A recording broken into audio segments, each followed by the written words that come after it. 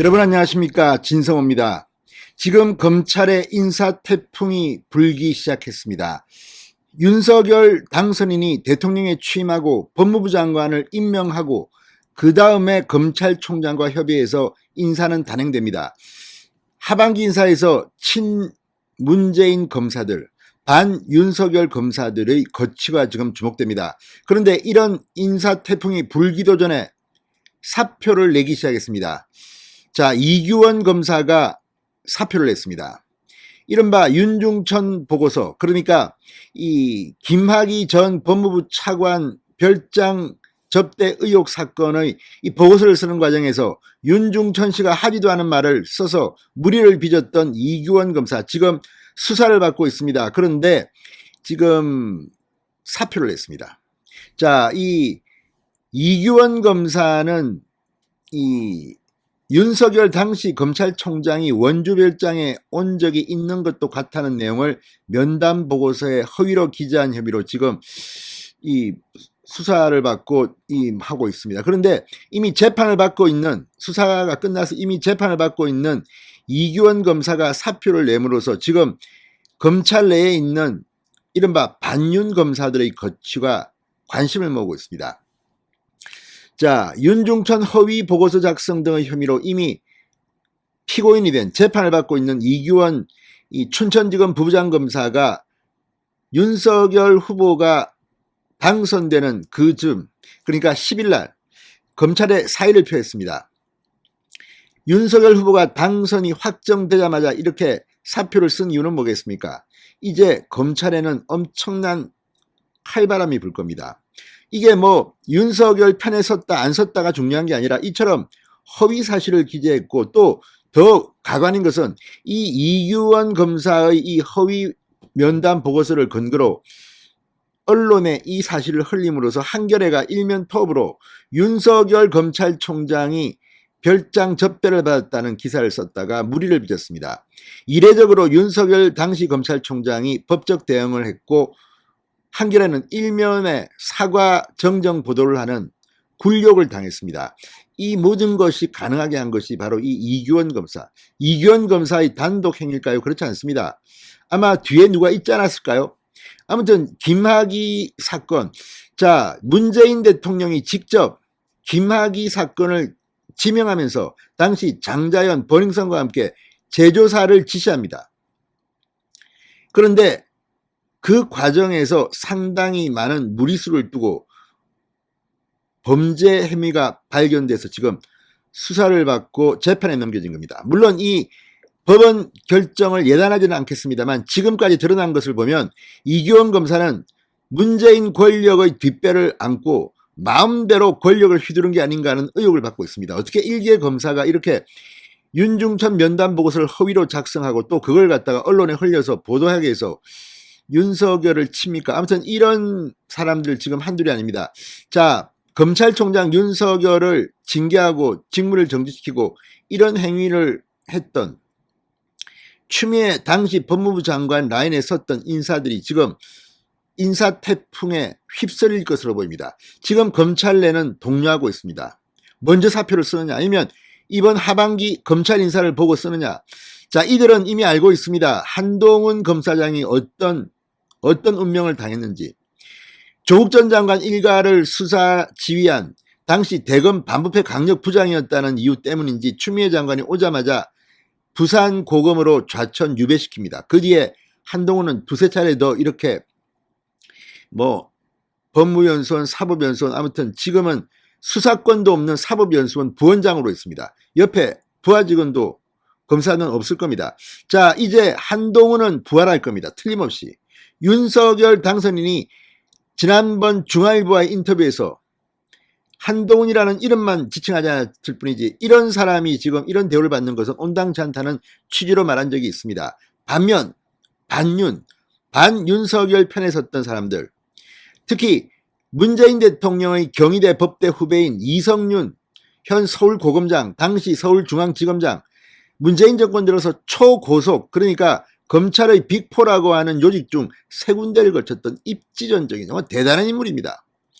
자, 경희대 법대를 나온 검사가 검찰 내에 그렇게 많지 않습니다. 자, 그래서일까요? 뭐 본인 능력도 물론 있었겠죠. 그러나 이성윤 서울중앙지검장이 있으면서 서울중앙지검에서 얼마나 많은 권력 사건을 뭉갰느냐 비판을 받고 있습니다. 이 이성윤 서울고검장 사표를 쓸 가능성이 높아 보입니다. 이 외에도 뭐 심재철, 박은정, 뭐 이종건, 제가 생각해도 한둘이 아닙니다. 이 사람들이 앞으로 어떻게 처신할지가 눈길을 끕니다.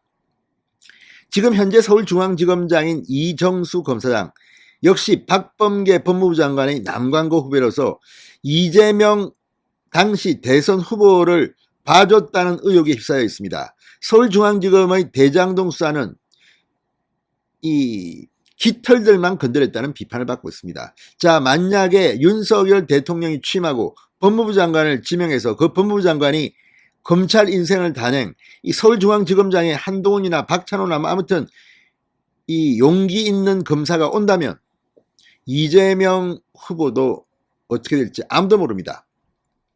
자, 이제 검찰에 엄청난 인사 태풍이 불어옵니다. 지금은 폭풍 전야입니다. 진성호의 융단 폭격 시작합니다. 검찰 내의 친정권 검사들을 융단 폭격합니다. 방송에 앞서 아직 진성호 방송의 구독자가 아니신 분은 붉은색 구독 버튼 눌러주십시오. 더 좋은 방송으로 보답하겠습니다.